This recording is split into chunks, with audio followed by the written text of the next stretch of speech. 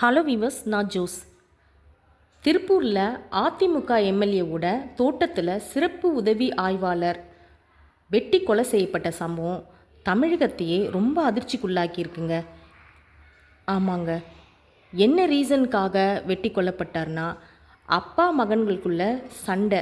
அந்த சண்டையை விலக்க போனவரை அநியாயமாக இப்படி வெட்டி கொலை பண்ணியிருக்காங்க. அதுவும் துடிக்க துடிக்க. திருப்பூர் மாவட்டம் உடுமலையை அடுத்து குடிமங்கலம் பகுதியில் மடத்துக்குளம், அதில் அதிமுக எம்எல்ஏ மகேந்திரனுக்கு சொந்தமான விவசாய தோட்டம் ஒன்று அமைஞ்சிருக்கு.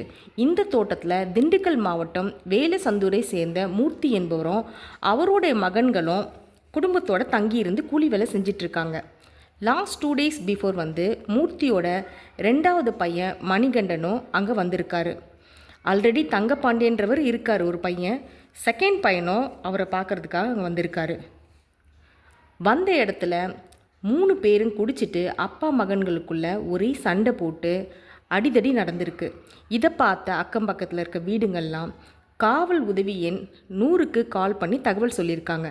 அந்த பகுதியில் குடிமங்கலம் போலீஸ் ஸ்டேஷனில் இருந்த சிறப்பு உதவி ஆய்வாளர் சண்முகவேல் ரோந்து பணியில் இருந்திருக்கார். உடனே கட்டுப்பாட்டு அறையிலிருந்து அவருக்கு தகவல் கொடுக்கப்பட்டு இதனால் அதிமுக தோட்டத்திற்கு அவர் விரைந்து சென்றிருக்காரு.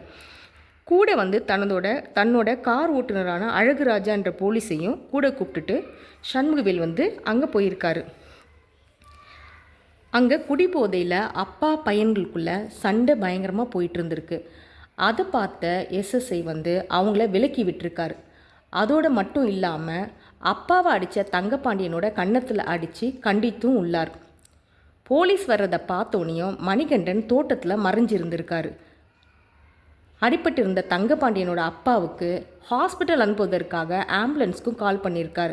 மேலும் மூர்த்தியை அடித்த தங்கப்பாண்டியனை தன்னோட ஃபோனில் ஃபோட்டோ எடுத்து ஸ்டேஷனுக்கு அனுப்பி அவரை கைது செய்ய ஏற்பாடு செஞ்சுருக்காரு.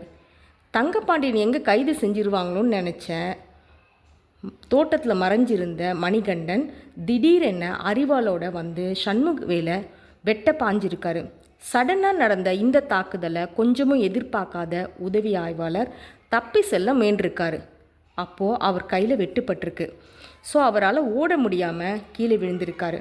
உடனே அப்பா 2 மகன்கள் 3 பேரும் ஒன்றா சேர்ந்து சண்முகவேலை அதே இடத்துலையே சரமாரியாக வெட்டியிருக்காங்க. இதனால் படுகாயமடைந்த எஸ்எஸ்ஐ அதே இடத்துல துடித்து இறந்தும் போயிருக்காரு. அது மட்டும் இல்லைங்க, அவர் கூட இருந்த வாகன ஓட்டுநர் அவரையும் அப்பா மகன்கள் 3 பேரும் சேர்ந்து துரத்திட்டு போயிருக்காங்க. ஆனால் அவங்கக்கிட்ட இருந்து தப்பி ஓடிய ஓட்டுநர் அழகுராஜா எஸ்எஸ்ஐ சண்முகவேல் கொல்லப்பட்டதை போலீஸ் ஸ்டேஷனில் போய் சொல்லியிருக்காரு. உடனே வந்த போலீஸ் எஸ்எஸ்ஐ உடலை திருப்பூர் அரசு மருத்துவக் கல்லூரி மருத்துவமனைக்கு அனுப்பி வச்சிருக்காங்க. தப்பி ஓடினவங்களை பிடிக்க 5 தனிப்படையும் அமைச்சாங்க.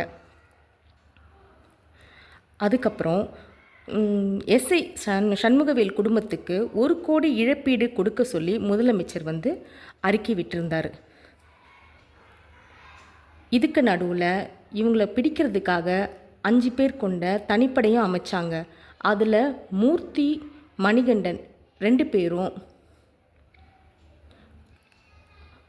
மூர்த்தி, மணிகண்டன், தங்கப்பாண்டியன் இவங்க 3 பேரையும் போலீஸ் தேடிட்டு இருந்த சமயத்தில் மூர்த்தியும் தங்கப்பாண்டியனும் மட்டும் போலீஸில் சரணடைஞ்சிருக்காங்க. மணிகண்டன் தலைமறைவாகவே இருந்திருக்காரு.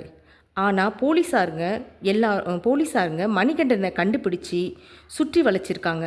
அந்த நேரத்தில் அப்போ கூட அவர் மறைச்சி வச்சுருந்த அறிவாளை எடுத்து காவல் உதவி ஆய்வாளர் சரவணகுமாரை கையில் வெட்டியிருக்காரு.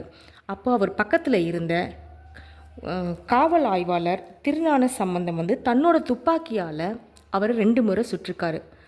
அதில் ஒரு தோட்டா அவர் தலையில் பாய்ந்து அதே இடத்துலையே உயிர் இழந்திருக்காரு. இந்த இறந்து போன மணிகண்டன் மேலே ஏற்கனவே 2-3 வழக்குகள் இருந்ததாகவும் போலீஸார் சொல்லியிருக்காங்க.